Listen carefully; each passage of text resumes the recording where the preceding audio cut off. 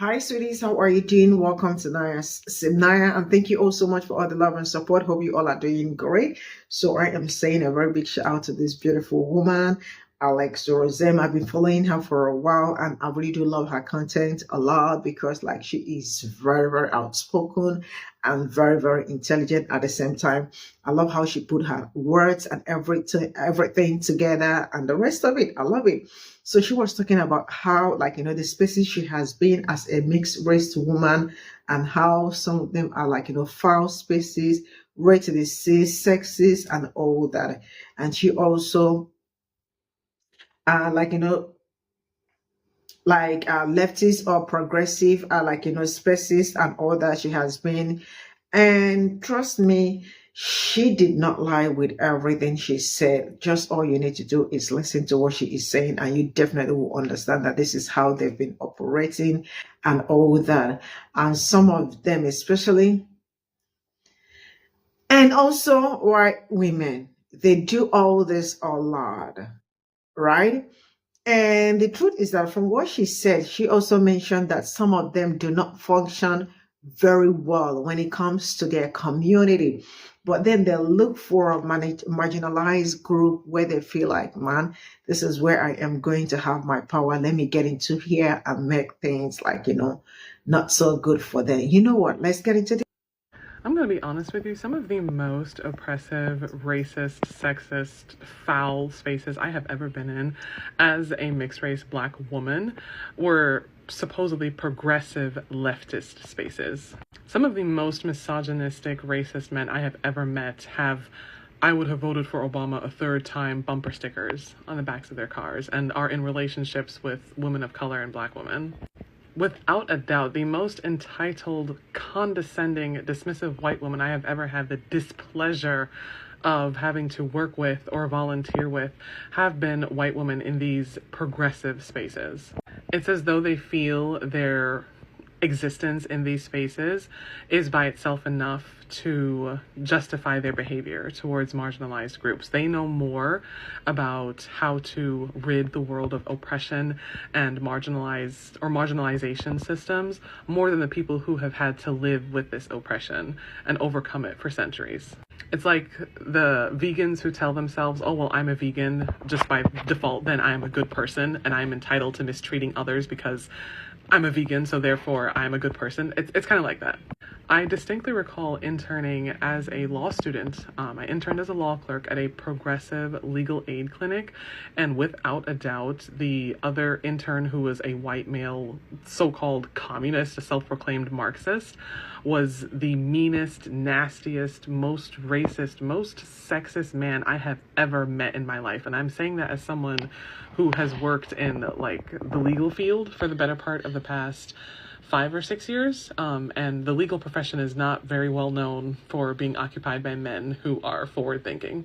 That man that was another intern at the legal aid organization I interned at that summer, like, would get into screaming matches with me, and he didn't have that energy with any of the other interns. I was the only non-white intern that summer at that legal aid organization, and there were other women, but they were white, and of course there were other men who were also white, and he never had any of that smoke, any of that energy for any of the other interns.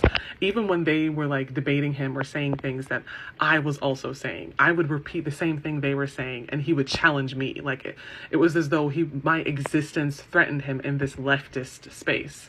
I'm not giving like a free pass either to incel bros or to conservative fascist right-wing men whose misogyny and whose racism is just more forthcoming. I'm not giving them a pass. They don't get a pass just because they're honest about their bigotry. That's not what I'm saying. What I am saying is that these leftist spaces are overrun with people who don't actually inherently believe and practice what they are preaching.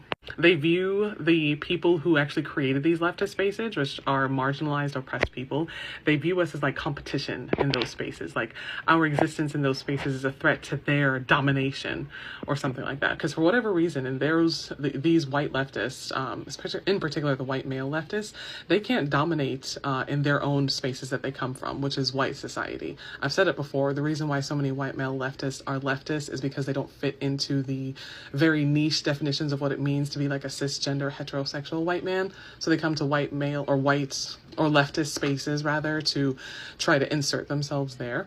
That's what these white progressives and these white leftists and liberals and whatnot who were telling us that we were going to burn in hell for voting for Kamala, see Moschino Dorito guy, like they don't operate in their own spaces. They don't have any motion in their own spaces. So they come to leftist spaces and then view people of color and marginalized individuals as threats. After the experiences I've had being in those spaces now, especially as a mixed race Black woman, as a woman who comes from a foreign family, who has a law degree, who is extraordinarily accomplished, who is intelligent beyond all means, all that good stuff, I don't want to be in those spaces now. I do my own advocacy through here, in my personal life maybe, but I just want to be left alone. I don't want to be in those so-called progressive spaces, because I experienced it even in progressive spaces with other Black people, with other people of color, where there isn't then racism, then there's sexism. Where there isn't racism or sexism, there's xenophobia. It's too much. I just want to be left alone now. She is so beautiful and at the same time very intelligent. I've been following her for a while and I love her videos. And I don't know how she does it, but she is very good when it comes to public speaking and she does it effortlessly. The truth is that everything she said is actually true, especially when it comes to men. They can't even dominate in their own space. So what do? They also look for a way to go to other people. I mean, like they already know how marginalized, people that look like me and other people of color are, and they look for a way to find themselves into there and also try to make life kind of harder for them because they feel that they can go there and dominate. But when it comes to their own people, they got no say. It's not just only men, the women also do it. They feel like, we don't have a lot to talk when it comes to, the place that we are supposed to, let's go and show them our power. Let's show them what we can do and what we cannot do and all that. That's why majority of them, that's why I do not believe in the allyship because it is very rare. Like you are going to be, they will sit and watch some certain things happen to people that look like me and not come out to say anything, but then end up in your comment section to ask you what can we do to make it to be better, or how do we learn, or can you teach us how to do better and all that. I love it when I see that kind of comment, and Black women are always like, we cannot teach you people everything. So you are in for me to also go and read and also come out and teach you and the rest of it. So they know how they operate and they know the spaces where they also want to operate. But I love the fact already that Black women, especially because Black women are very quick to understand and see all those things before every other person.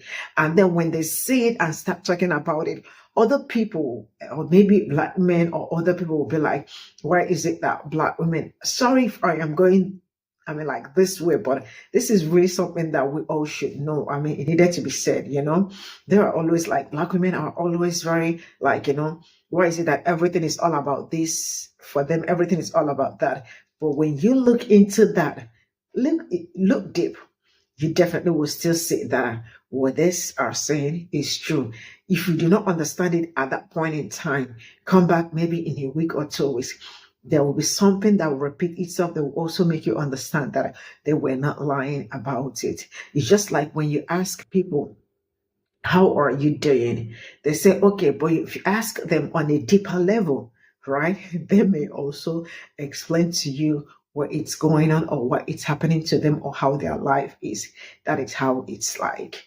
I love you all, Black women. I love you all because you all see so far away. I don't know how, but I love the fact that I'm also picking that from you all because, it's only somebody when you don't listen to people that have experienced some certain things that even know better than you, then you are also bound to do some mistake that you probably will regret and all that. So I try as much as I can to listen because I see all you all saying it. And most of the things you all said, like 100% of them, go back. It is true. And it will happen again. I love you all. See you all in my next video. Bye for now.